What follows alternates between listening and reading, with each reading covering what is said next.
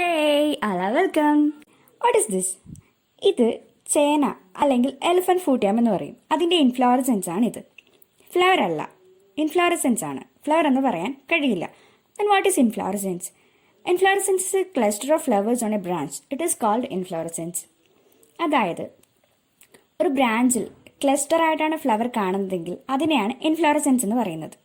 Inflorescence different types ഉണ്ട്. ഈ ചേനയിൽ കാണുന്ന ഇൻഫ്ലോറസൻസ് ആണ് സ്പാഡിക്സ് ഇൻഫ്ലോറസൻസ്. ഈ സ്പാഡിക്സ് ഇൻഫ്ലോറസൻസ് നിങ്ങൾക്ക് ചേന കൂടാതെ ചേമ്പ്, ആന്തൂറിയം പ്ലാന്റ്സിലും കാണാൻ കഴിയും. ഈ പ്ലാന്റ്സിലും സെയിം ഫാമിലിയാണ് കേട്ടോ.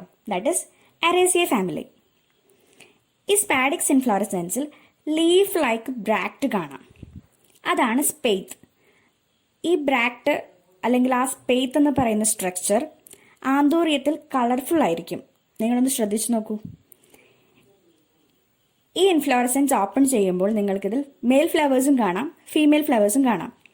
ഈ മെയിൽ ഫ്ലവർ കാണുന്നത് മുകളിലായിട്ടാണ്, താഴെയായിട്ടാണ് ഫീമെയിൽ ഫ്ലവേഴ്സ് കാണുന്നത്. ഈ ചേന ഒരു ആനുവൽ പ്ലാന്റ് ആണ്. നോർമലി ഫ്ലവർ ആകുന്നത് റെയിനി സീസണിന് തൊട്ട് മുമ്പായിട്ടായിരിക്കും. That's about this plant.